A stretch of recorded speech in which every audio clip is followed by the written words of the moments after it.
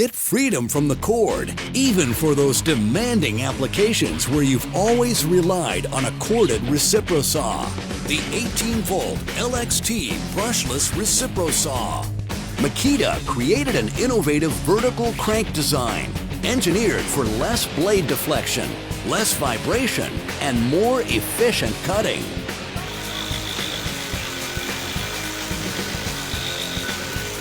It has an efficient brushless motor with 2 speed settings and a variable speed trigger, so you can set the speed to the application. With a long 1 1/4 inch stroke length and large 2-finger variable speed trigger, this tool provides increased cutting efficiency and operator convenience. And a toolless blade change system allows for faster blade changes. The Makita brushless motor is electronically controlled to optimize battery energy use for up to 50% longer runtime per charge. The XRJ05M features extreme protection technology, engineered for increased dust and water resistance for operation in harsh job site conditions.